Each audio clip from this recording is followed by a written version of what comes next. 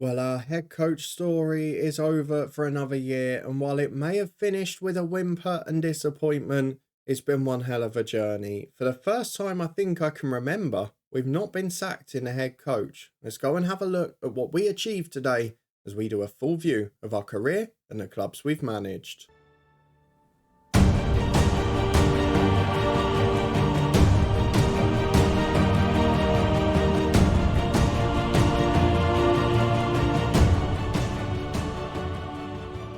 Yes, hello, and welcome to part 147 of The Head Coach, a career review with me, Daniel.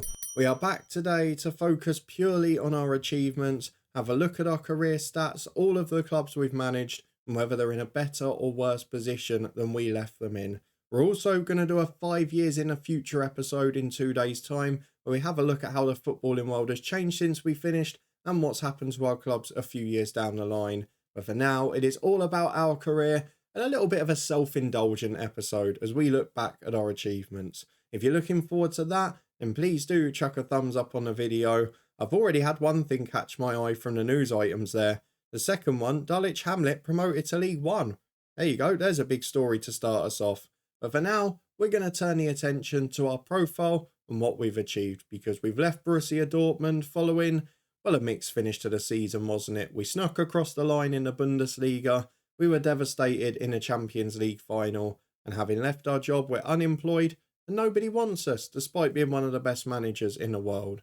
But let's have a look at how we've got on throughout our career in total. If we start by having a look at our history and our overview, we'll see what our big achievements are in this career. We've managed 8 clubs, we've managed 1 national team, and we've had success at various levels. We've managed 4 years at one club being our longest achievement. That would have been Manchester United, wouldn't it? And then we also had 205 days as our shortest tenure. I'm trying to think where that would have been actually. 205 days, would that have been Ipswich or would that have been earlier on? Oh, it would have been Peterborough Sports, wouldn't it? Our awards, 21 in total, including a few big ones at the end. 40 million in career earnings, only the first 5 days looking for a job on holiday, and players bought in by a director of football, 115 for 950 million, 150 players sold for over £1 billion.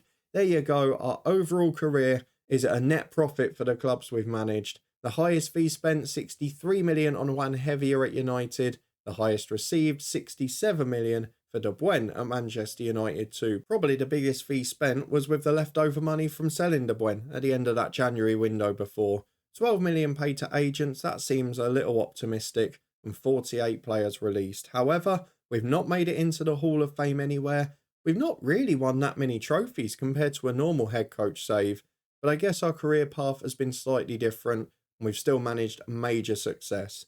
We've managed 809 games in our career, winning just over half of them, 167 draws, 228 defeats. Not a bad record to finish with. Goals for, nearly 1,500, 954 against, a goal difference of 536, and a win percentage of 51%. 2 promotions, 3 league titles, 4 cup wins as well. And that spell at Manchester United, while we didn't win any of the big ones, we consistently won trophies, which was epic.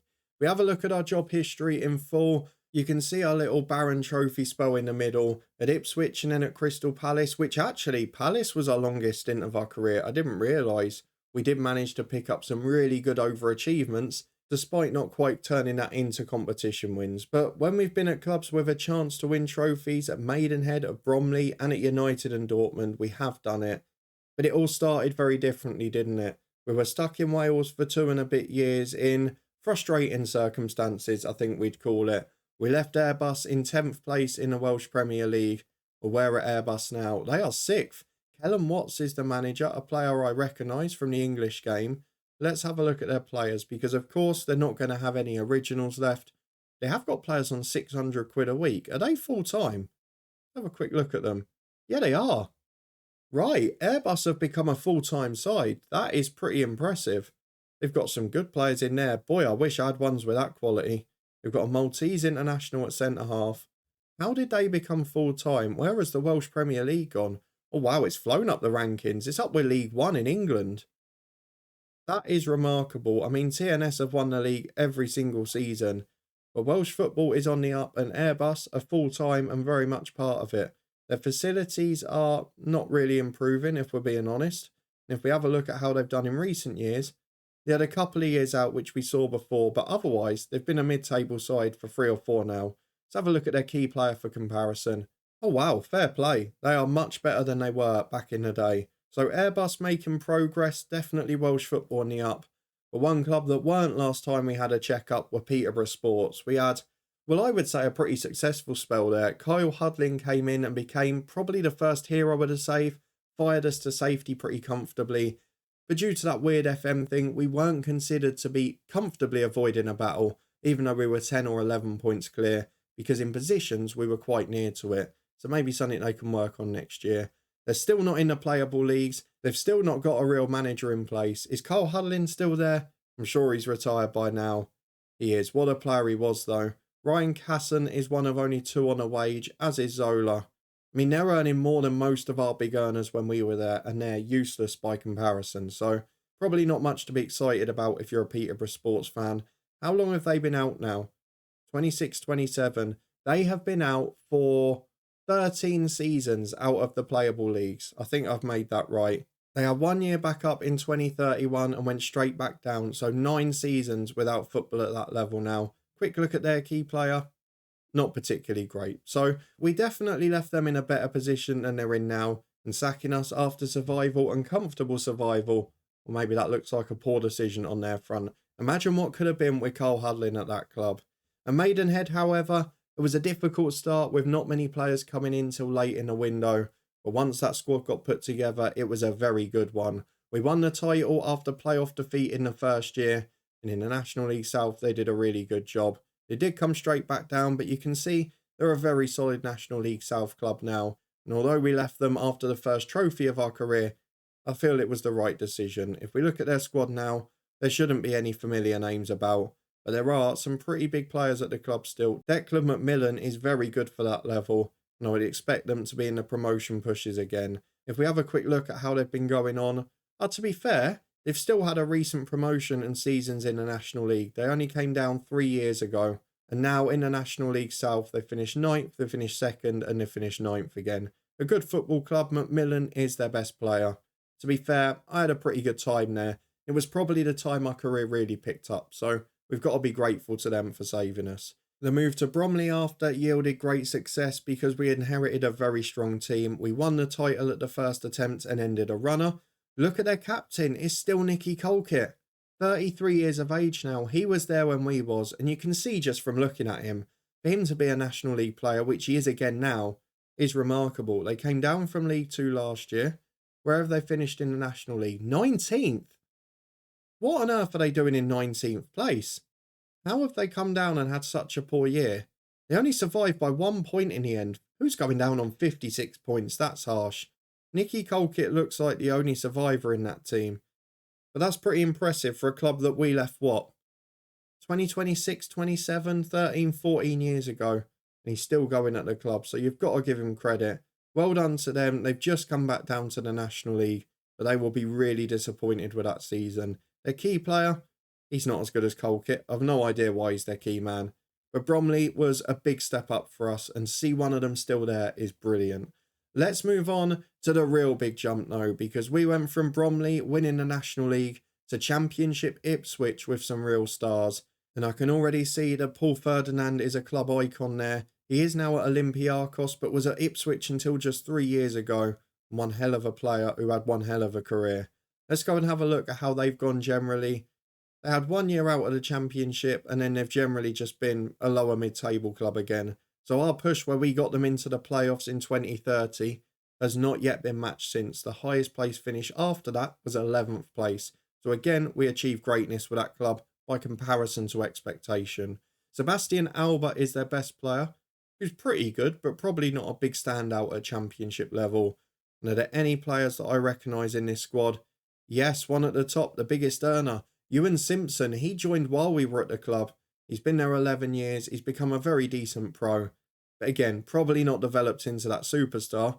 It's a bit of a crime that he's on 31 grand a week, to be honest. But there you go. You've got to take it while you can get it. And Ipswich, they gave us a big opportunity in this career. To go from winning a title in non-league to the championship immediately took out a big level of jeopardy for us. So Ipswich, always a special place in the heart. And great to see that again, from a personal point of view, they have not yet exceeded what we did in this career. Crystal Palace, though, was the big one, wasn't it? Because it was the club we spent the longest at. It was a club we really enjoyed managing. And after getting them into the Champions League, we only left because the England job came up. And it was one we couldn't refuse as an Englishman. But we did do great with Palace. We got them to cup semi-finals. We got them into Europe for the first time. And we went on a run there too. They've still got so many of the players we had. Chris Lewis, England international, superstar for Palace. He's world class. Not sure why he's still there. And Ben Hames, what a player he was too. Still going strong at 29. The rest of the squad, well, I don't think there's too many left from our time in charge. Rodolfo is also there. That is a good one to see. Probably not the same level as the other two though. And then further down, we saw Eric Nelson, who we managed later on in our time there, and Kevin Pecorino, who was just coming through, has now become a good Premier League player. Gordon Ward, still going about as well. I think that's the only other name I recognise there. Yeah, I don't recognise any of the others. Let me know if I'm missing anyone. But that is a really decent side. They've been consistently a top half team since we left, in fairness. Our 5th place finish has still not been topped, but they have always been in the top half and the European battle. And you've got to consider that a good effort for Crystal Palace. So well done to them. A really good club that has continued to be consistent without us. England was, well, a bit of a mixed spell again, wasn't it? Because we won a major tournament. We lost a final in the Nations League. We managed some stunning players. But probably remains the biggest achievement of our career, winning Euro 2036. They had won it 8 years prior. They hadn't won a World Cup, which we didn't get to change. But they have got a very good side, and that era of player is just coming towards the end now. You can see the likes of Ocon, Stansfield, Roberts, Elijah Smith, they're all 33 now. So we're going to see a fair few more as Cloudsdale and Hodgkinson move into the 30s too. We're going to see a lot of youngsters coming through. And to be fair, there's a few of them that are already at that level. But having managed the likes of Sol Julien, I'm not sure they're that next generation of superstar. I think we got them at the right time. And I think we probably got out at the right time too. How did they do in the World Cup, incidentally? They got to the final. Oh, they won it. Wow. England backed it up. They won the World Cup. And now they're probably on the downward curve. But fair play. They managed to get the victory. And they probably deserve a lot of credit, because I would have thought that team was just over the hill then. Let's go back, though, to club football, because Manchester United was our penultimate move. And to be honest, in terms of achievements, finishing 3rd, 4th and 2nd with them is the biggest overachievements of our career, because this was a Manchester United side that had not had Champions League football for years, had finished 14th the season prior, and we brought back the winning feeling. They had won 1 trophy in the entire time since we had started this save, and we bought them 3 in 3 seasons. 2 FA Cups and a League Cup. Great to win the FA Cup, which I think evaded me in FM22, and loads of Manager of the Month awards. Loads of jeopardy from John Murtow, and despite that, we managed to achieve, and we are down in their favour personnel, which after 3 years in charge and then running for Dortmund, probably no mean feat, is it? Of course, most of the originals are still going to be there. They did keep Matthew Vella after trying to sell him a few times. But it was just a constant jeopardy of players being sold. They continued it this year as well. But that January, at the end of our stint, Joseph Taylor being sold on deadline day, Carlos just before it with Vela and Contreras loaned out. Those 4 transfers probably decided our fate. And without it, we might not have won a league title. So perhaps we have to give John Murtow credit. But despite all the managers struggling there and having to deal with his actions, he's still got another contract. He's still going till 2042. And John Murtow is somehow the jammiest man in football. And it is part of the problem with this Saving FM, that the director of footballs just never move on quick enough. There's not that turnover of staff, and you get stuck with the same bloke forever. So that was probably one of the most frustrating, but also one of the most rewarding spells of our career, because we really overachieved there. Borussia Dortmund, though, we got the league title we craved. It ended up being a job swap with Arne Slot, who went to United and got sacked with a 7th place finish. But at Dortmund, on the final day, thanks to Bayern slipping up a home to Hertha Berlin, we did manage to win the title. Of course, the Champions League final was disappointing, but in contrast there, the director of football was brilliant. The likes of Mulder and Brewerton added huge quality to the squad. The players that were moved on were replaced with younger players of better quality. And I'll be really interested when we get to the 5 years in the future to see how many of these players are still there, whether they've kept this young squad and built a brilliant side, or whether they've started to get picked off, because that is Dortmund's history. They do sell younger players as soon as they reach their peak. But in this career, I'll be intrigued to see what they do. So a really good personal career for us, not as many trophies as normal, but the rise and the times we've had at the likes of Palace and Ipswich, and to be fair, Maidenhead as well, they have given us real grounding and real success. I've enjoyed this career probably as much as many of the others, as much as I didn't show it while I was at United. What I am looking at next year, though, if we do the head coach, is probably a slightly different approach, because being in the UK and seeing those big leagues where we just get picked off for players, it is a little bit frustrating. So I'd like to start outside the UK if possible, or at least move to a club outside of England for our second move, because I think that does make a difference. As much as I like going through the English divisions, the time we had it in Scotland in FM21 was great fun, and even just having that one experience outside the UK at a lower level could make a real difference to our perspective on our career later down the line. But overall, let me know what you think of this head coach career. I know a lot of you have requested me to show you the setup and the responsibilities we get arranged. I'm going to do that in a future episode as well. We'll do it just before FM24, so you can join along if you want to. But do you think my career was a success? Did you agree with my moves along the way? Or do you think we should have taken different turns at various points? I know there's a few different opinions on that, but let me know yours in the comments below. Of course, this save will be replaced with a new one in a few days' time. But before that, we're going to go and look 5 years in the future. What will the footballing world look like in 2045? And what position will our former club and countries all be in? I hope you're looking forward to that one. If you enjoyed this little look back at my career, please do put a thumbs up on the video.